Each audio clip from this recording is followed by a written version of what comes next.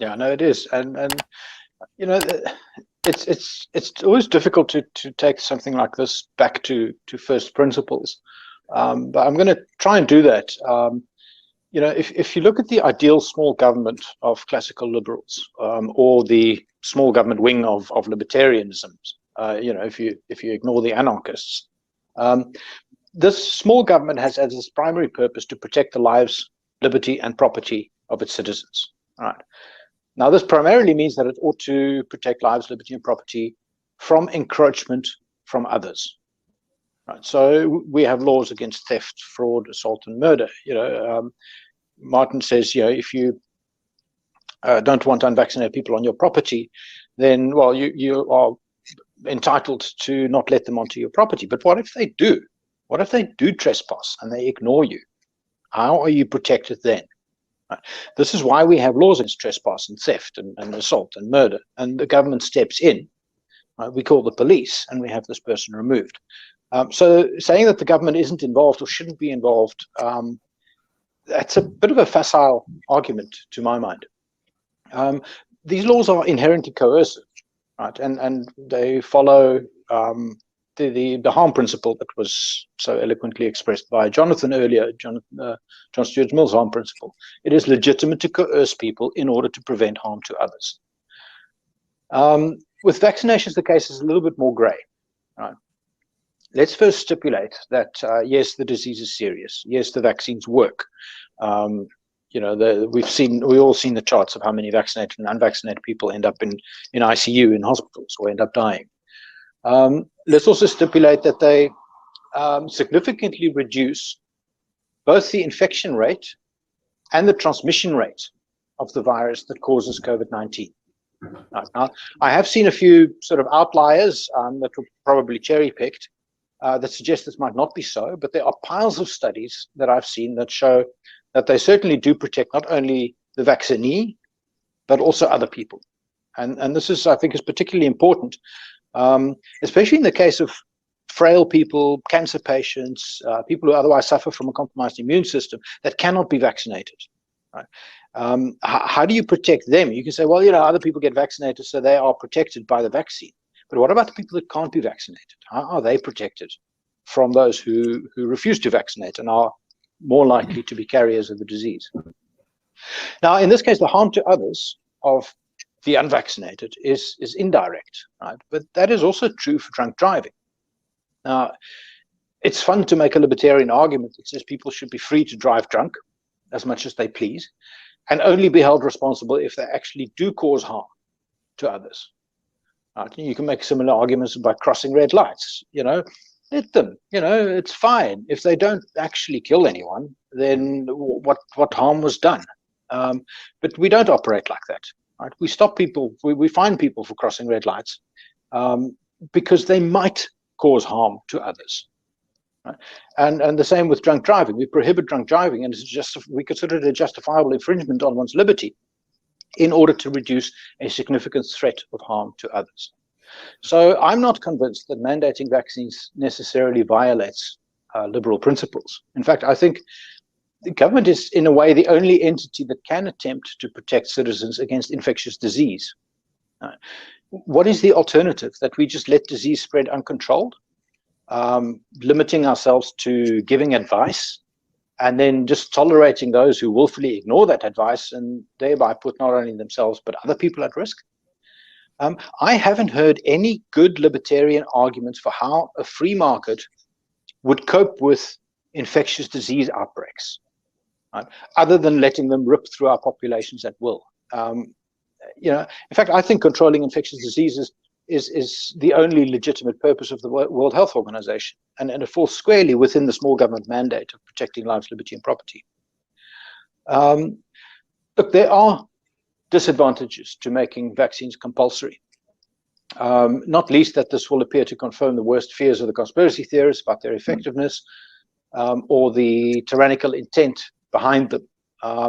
And not least that the government, certainly the South African government, is probably not capable of enforcing a universal vaccine mandate. So because of those disadvantages, I don't actually advocate mandatory vaccines.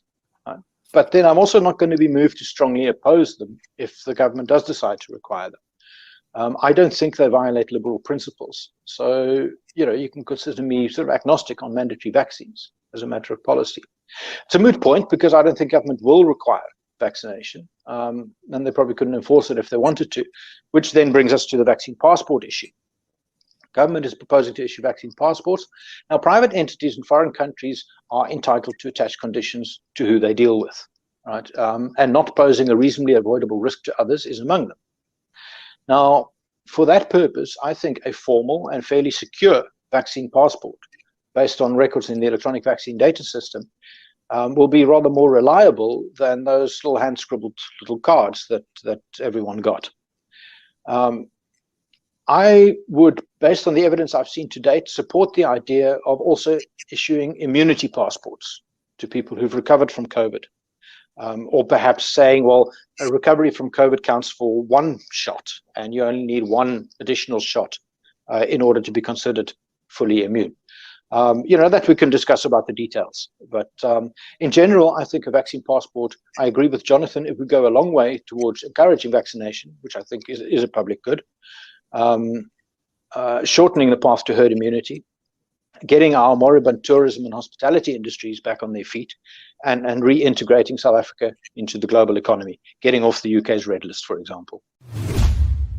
Thank you, Sihle, for allowing me to go last after such well-esteemed and reasoned arguments. I really appreciate being put in this position. So, my opposition to vaccine passports and mandates broadly has an ideological and moral bent, and then a practical bent. So ideologically and morally, I think the individual's liberty is the standard and not the undefined common good.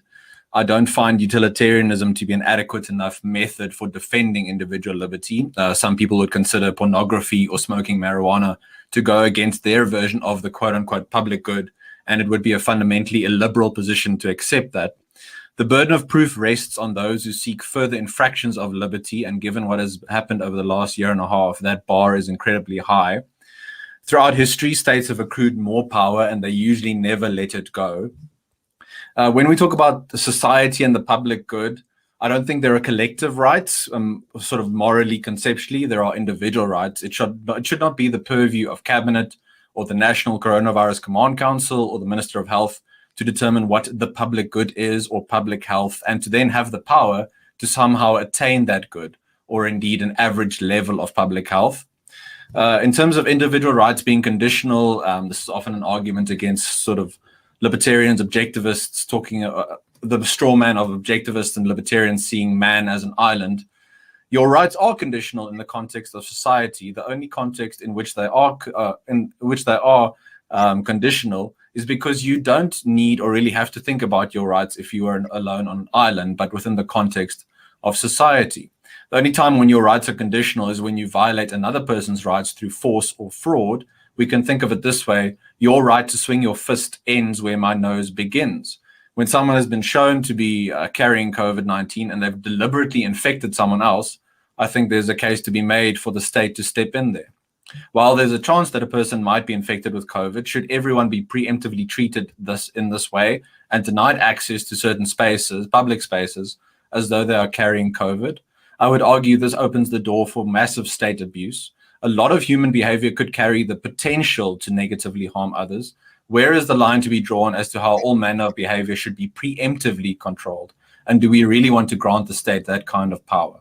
There is a fundamental moral difference between the imposition of statewide mandates versus voluntary uptake by citizens and businesses. And then just on the practical side, and my concerns around mandates and what effects they might have, and I'll be quick to wrap up.